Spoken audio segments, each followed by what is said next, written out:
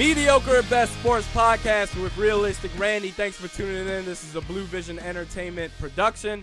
Let's break down this Cincinnati Bengals game last week. Let's get into the X's and O's. I'm not going to waste my time breaking down that game. Are you kidding me? That was a slaughter fest. I'm not even going to waste my time with that. In fact, after, I believe, the first possession of the Bengals in the third quarter, after that, the CBS broadcast, they switched to the Saints game. I don't even remember who they were playing. They switched to the Saints game.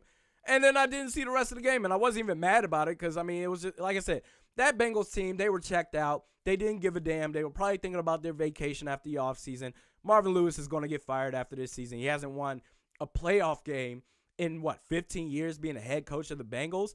And I remember I got an alert after the broadcast switched where I couldn't see the game anymore and said, oh, Teddy made his appearance. I was like, oh, really? I'm mad I didn't get to see it.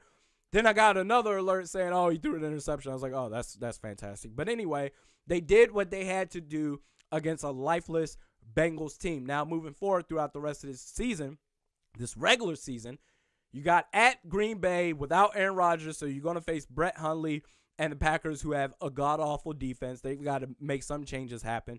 I believe the Vikings are better than the Green Bay Packers for the next couple of years as far as their foundation and the system that they have set up. But after that, you're hosting the Chicago Bears at home, and barring some sort of catastrophic collapse, barring some sort of just mishaps where you somehow manage to find a way to lose against Brett Hundley and the Packers, I don't care that it's at Lambeau Field. If you somehow find a way, unless you somehow find a way to lose against the Green Bay Packers without Aaron Rodgers, and if you somehow find a way to lose against Mitch Trubisky or Mitchell Trubisky, whatever it is he wants to call himself, barring some sort of catastrophic collapse like that, you should at the very worst finish with the second seed and at least get a home first round bye and play the playoffs at home, unless you got to play the Philadelphia Eagles in the NFC Championship game. Mathematically speaking, you still have a shot to get the number one seed in the NFC. Now, the Eagles, they had a chance. They came down to the wire where they could have lost against the New York Giants, but ultimately they squeaked that one out. So the Eagles have to lose their last two games. I don't think it's realistic. I think Nick Foles, he's a pretty good backup quarterback. He did a very good job his first tenure with the Philadelphia Eagles, but he's proven now, as long as you got a system with Doug Peterson, the system that he has with the Philadelphia Eagles, he's thriving so far. So he's doing a good job. If they manage to beat the Oakland Raiders, which, by the way, they're checked out as well, Jack Del Rio will probably get fired. They lost their left tackle against the Dallas Cowboys last week. So I don't see the Eagles losing that. But if they lose their last two games to finish the season, then you have a chance. I think this Vikings team should finish 13-3 as a worst case scenario. You should finish 13-3 no matter what happens. So you either have a mathematical chance to get in the number one seed, or worst case you finish with the number two seed. Who cares? Whatever. So anyway, moving forward, I'm not going to break down all matchups against the Green Bay Packers. They stink without Aaron Rodgers. You should finish 13-3. Let's move on to a different topic. As far as the turnaround this season compared to last season. So you remember the 5-0 start that they had last year, and it all went to hell. They finished 8-8 to finish the season. That was one of the worst seasons I ever saw as a Vikings fan as far as the expectations that were set, especially starting off 5-0. And then turning things around this year to where you should go 13-3. You'll probably get a first-round bye and then move forward. And you have a chance to play in the Super Bowl at home. The turnaround, let's do something called praise and accolades. I want to give some shout-outs. And I've talked about the players on the field, offensive and defensive sides of the ball. And I've talked about that before a couple of times. I want to move beyond that as far as the coaching staff, the front office, and ownership. So let's start with the ownership. Mark and Ziggy Wolf. How many times have you seen in the NFL where owners, they get in the way of their franchise as far as at the expense of the potential success of their teams? I'm thinking about Dan Snyder of the Washington Redskins. I'm thinking about Jerry Jones with the Dallas Cowboys and Dean Spanos, who I think is one of the worst owners in sports, of the LA Chargers, formerly the San Diego Chargers. And at least with Dean Spanos, at least with Dan Snyder and Jerry Jones, at least with them, they get in the way of their franchise, but their intentions are good. They want their teams to win. I grew up in the Washington, D.C. area. I grew up not too far from FedEx Field in Landover, Maryland. I know Dan Snyder has always been a fan of the Washington Redskins. So what him and Jerry Jones, he wants his Dallas Cowboys to win as well. they get in the way, but their intentions are good. They want their team to win. Compared to Dean Spanos, who doesn't give a damn, doesn't do anything. You fired Marty Schottenheimer after going 14-2. And Vikings fans, you'll remember this when we were trying to go after Vincent Jackson a couple of years ago, maybe 5 or 6 years ago. He was one of the premier receivers in the league. And the Vikings, they offered him, man, I can't remember. It was either a second or a third round pick for Vincent Jackson. It was one of the better offers that was reported in the media. Not only did Dean Spanos and the Chargers reject all offers for Vincent Jackson, they let him walk away in free agency for nothing. So you got nothing in return for one of the best wide receivers in all of football. Dean Spanos is one of those dudes where, you know how they say how you were taught in school, if you get a lot of money, put it in your savings account, let it build interest. You don't got to do anything. Let it build interest, then come back a couple of years. You'll have even more money than what you first invested in that savings account.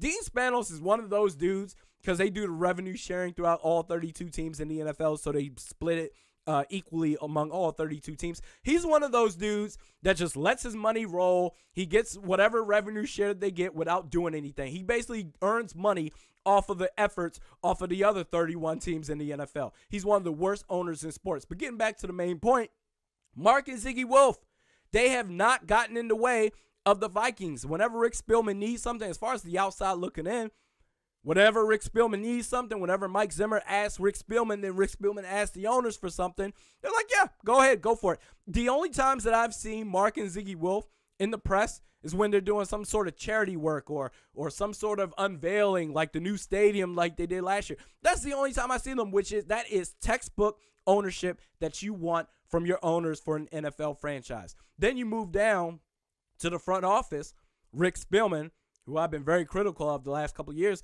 This dude deserves all the praise this year. He should be a top 2 candidate for Executive of the Year for a couple of reasons. Number one, I've always said the difference between this team going 7-9, 9-7, or making a playoff run, maybe even a Super Bowl run, having a chance at the Super Bowl, is the offensive line. The offensive line was one of the worst O-lines in all of football last year.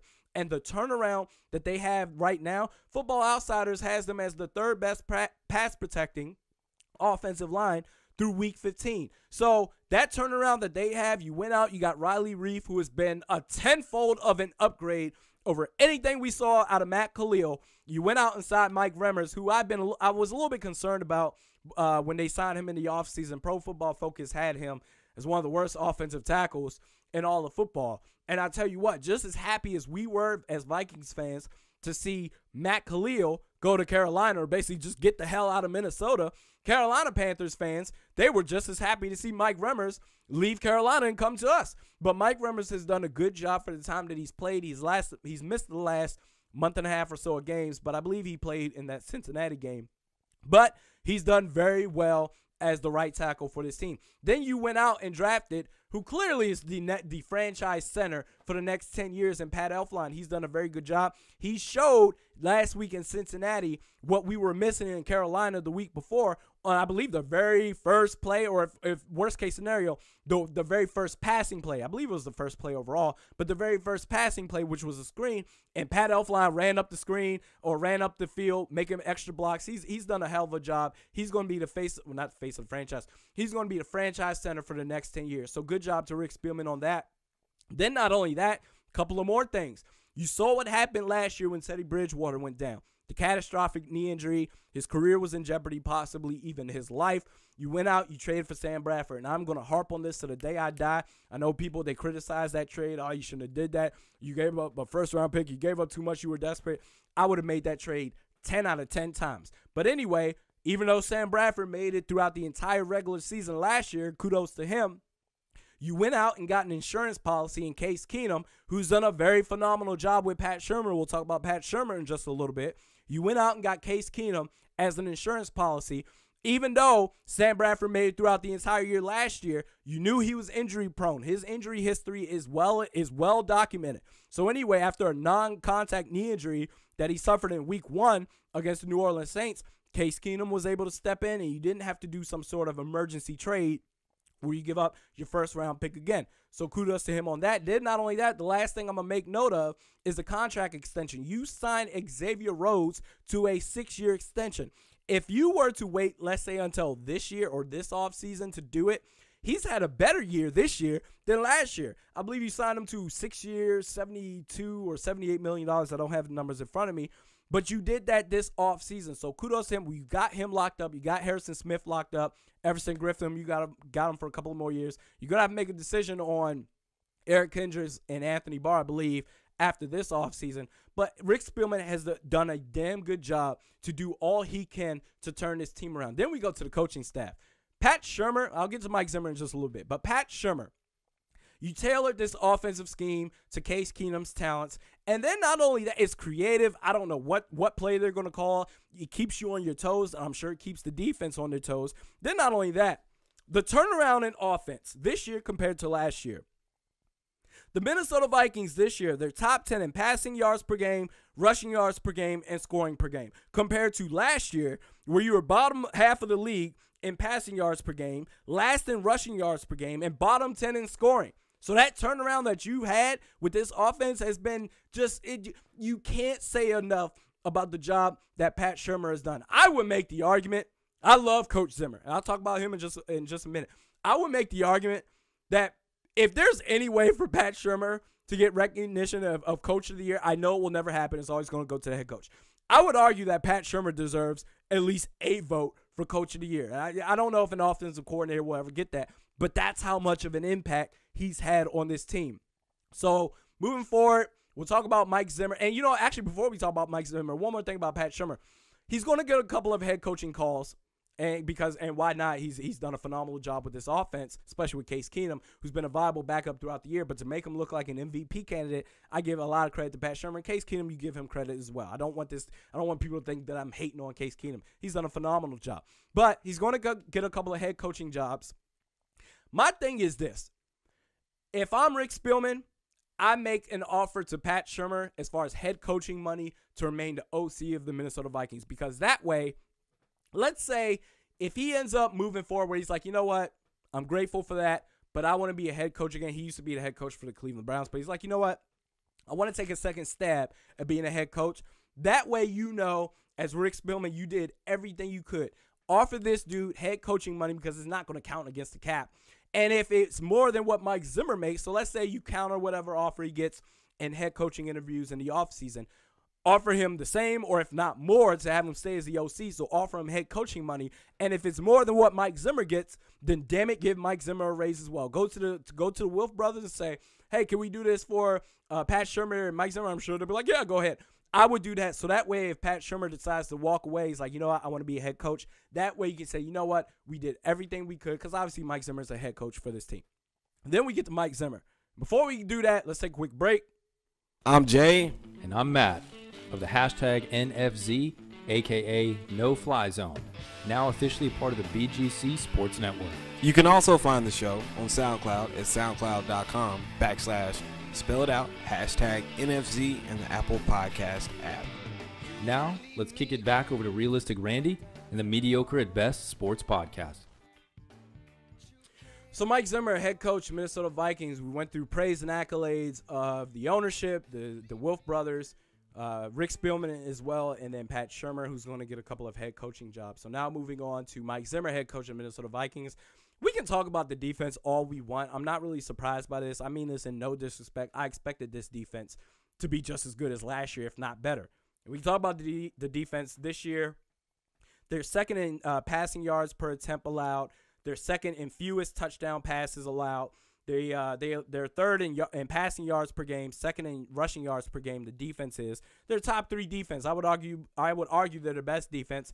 They're certainly top 2 defense, and I understand Jacksonville. They may have something to say about that, but you can make that argument all day long. The defense being this great doesn't shock me whatsoever.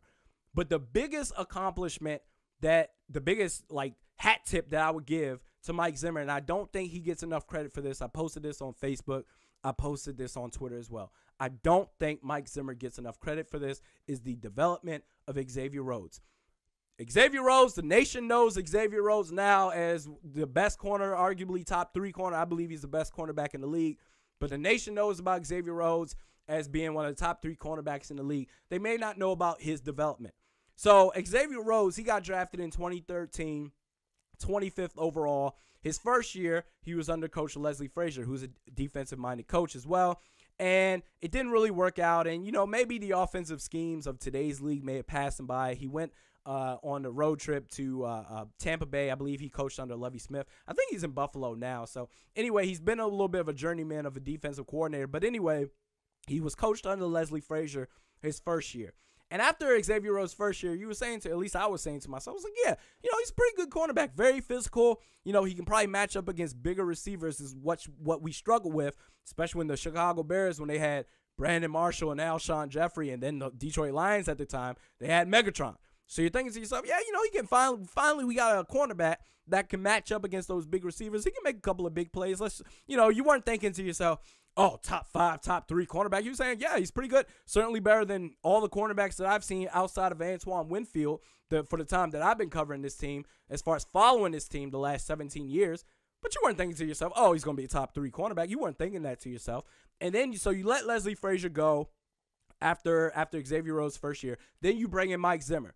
And immediately from the jump, one of Mike Zimmer's biggest priorities that year, his first year, was to work with and develop Xavier Rhodes. I remember throughout the 1500 ESPN, all the Vikings stations that I listened to, where I believe they had Ben Gessling at the time, Andrew Kramer, and I believe Kevin Seifert as well, whenever they'd allow the media into the practice at OTAs and training camp.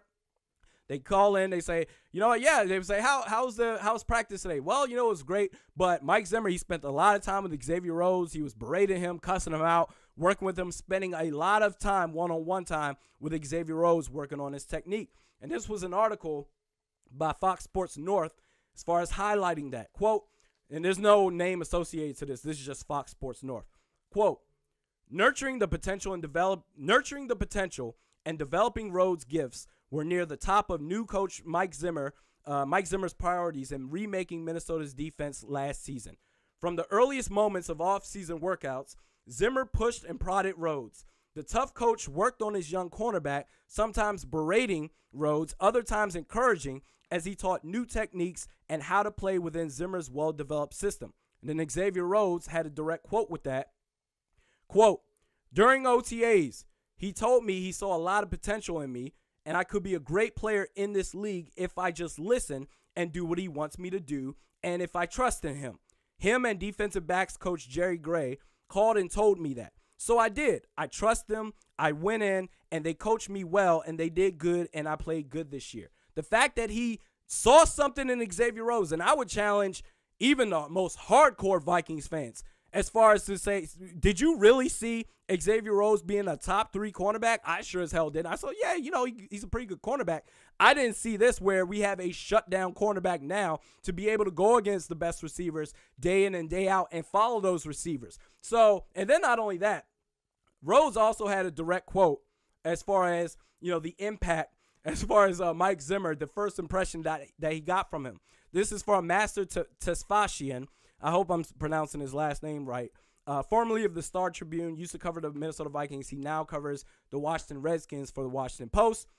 Quote, Xavier Rhodes, speaking about Mike Zimmer and his first impression of Mike Zimmer and berating him and cussing him out. Quote, at first it came off strong because it's the first time you've been coached like that in the NFL, and you have a coach like him.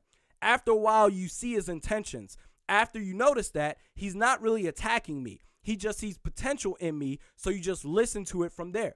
The fact that Mike Zimmer saw something in Xavier Rhodes, the time that he spent with him to develop him into a pretty good cornerback with a lot of potential, but also harnessing that potential into what we see now. I never doubted Xavier Rhodes' ability to cover the big receivers, the A.J. Greens, the Julio Jones, the Calvin Johnsons of the world, the Alshon Jeffries of the world, receivers like that, because you're talking about going against big receivers. Yeah, use your physical talents. He's a physical corner. I believe he's 6'1", 6'2". I don't know how much he weighs, but he's a very broad cornerback. So that wasn't the issue. My only concern was, how's he going to do against those other types of receivers? The receivers that are just as dominant, just as impactful, but aren't the big receivers like Megatron, but are more shifty and excellent route runners. Because it's one thing to go up against the bigger receivers where, you just fight with them and battle for them and, box them out physical them to make plays. It's a whole nother thing to go up against the Odell Beckham Jr.'s, the Antonio Browns of the world.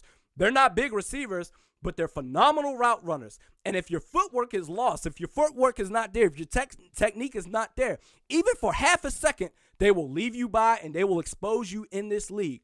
I went to that game last year against the New York Giants at home at US Bank Stadium. It's a beautiful stadium, by the way. And hell, if they go to the Super Bowl, I might even go out to Minnesota. But anyway, he did a phenomenal job against Odell Beckham. I believe he caught, I don't have the numbers in front of me. I believe he caught 3 catches for 23 yards. And Odell Beckham Jr. got flustered. And that's another thing this year in that Steelers game. Yes, the Vikings, they lost to the Pittsburgh Steelers. But before Xavier Rhodes got hurt, when he was covering Antonio Brown, he was frustrating Antonio Brown. And see, that's the thing. He's an all-around cornerback. He can follow receivers wherever they go because that's what Zimmer has taught him to do. He's able to do that. That is so valuable. You compare that to other receivers such as Richard Sherman. No disrespect to Richard Sherman. He was one of the best cornerbacks in the league a couple of years ago. He was arguably the best. And you can maybe make the argument he's still one of the best even though he got hurt this year. He's out for the year.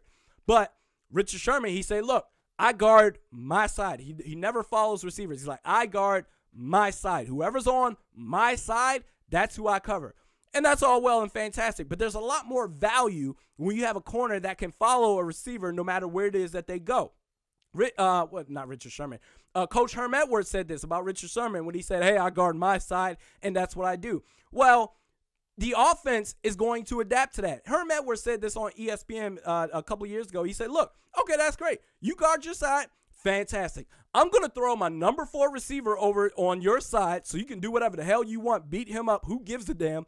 And I'll throw my 3 best receivers over on the opposite side and just abuse your second and third cornerbacks from there. It adapts from that. So the fact that you have a cornerback that can follow your best receiver, the opposing best receiver, no matter whether they're a shifty running back with outstanding footwork or a bigger receiver that can outmuscle you, that is one of the biggest accomplishments that Mike Zimmer has had as far as the development of Xavier Rhodes. I think it's fantastic. We talk about matches made in heaven. And whenever we talk about that as far as, the matches made in heaven in the NFL, because here's the thing about the NFL.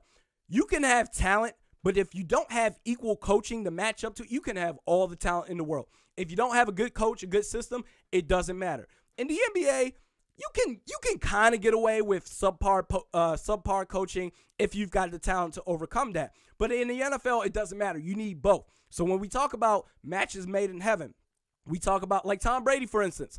I remember a couple years ago on what used to be known as the SVP, and I believe it was the SVP and Russillo show, now known as the Russillo show. I don't know if that was the show. But anyway, I remember they interviewed Tom Brady, and they say, hey, Tom, what do you think your life would be like, or what do you think your career would be like if you weren't drafted by the Patriots? And Tom Brady said, and I'm paraphrasing, I'd probably be on my 5th or 6th team right now. And that just goes to show you that Tom Brady, he's a Hall of Fame quarterback. To me, he's the greatest quarterback of all time. But that match that he has with Bill Belichick is a match made in heaven.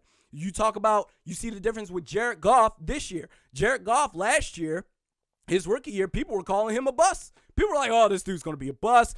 But he had Jeff Fisher as his head coach. You pair him up with Sean McVay, who's probably a head coaching candidate of the year this year, probably the odds-on favorite. I wouldn't be surprised. At least for this season, Sean McVay and Jared Goff, a match made in heaven. You can make the same argument for Mike Zimmer and Xavier Rhodes, a match made in heaven. That's some fantastic stuff. So anyway, moving forward, as far one last thing outside of the Vikings, so we'll see how the rest of the season goes. They'll finish 13-3, and hopefully, they can get the first round bye. They'll get a first round bye, but hopefully they get the number 1 seed. If not, it's fine. You'll get the number 2 seed, and who knows what will happen after that. They've done a phenomenal job this year. But the last thing I want to talk about is that outside of the Vikings, that Steelers game against the Patriots, look, I understand that the rule was correct. The enforcement of the rule was correct. As far as Jesse James and the catch or not catch, however it is you want to view it, by the rules of the letter of the NFL law, it was not a catch. But damn it, that rule is so stupid. And here's the thing. People were saying, well, it's the same as why weren't you outraged about the Adam Thielen catch or not catch in the end zone against Carolina? Here's the thing. I'm a Vikings fan, but I wasn't outraged about Adam Thielen's catch not being called a catch because there's a difference. The difference is Jesse James caught the ball, in my opinion. He caught the ball before the end zone. So he was establishing himself as a runner and then lunging forward and reaching the ball across the plane. And that opinion, in my humble opinion from that should be considered a catch. The difference between that and Adam Thielen is he caught the ball in the end zone. So when you fall to the ground, you have to maintain possession. It's common sense is going to tell you, when you go down with the ball is going to joggle in a direction no matter what. It seems like the NFL is limiting what a football move is to your feet.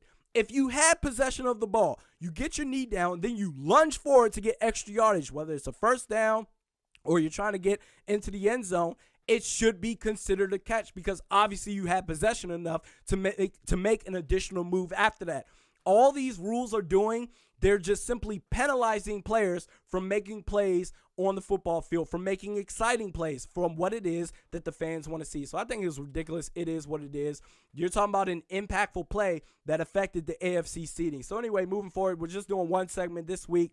There's a Blue Vision Entertainment production. You can subscribe on iTunes or YouTube. We do this once a week. I'll also be doing more of the This Week in Sports reaction videos. Got a couple of good feedbacks off of that. And I know one guy on Facebook, he was like, hey, I'm sorry, I don't have his name in front of me. He's like, hey, I'd like to see you a little bit more content.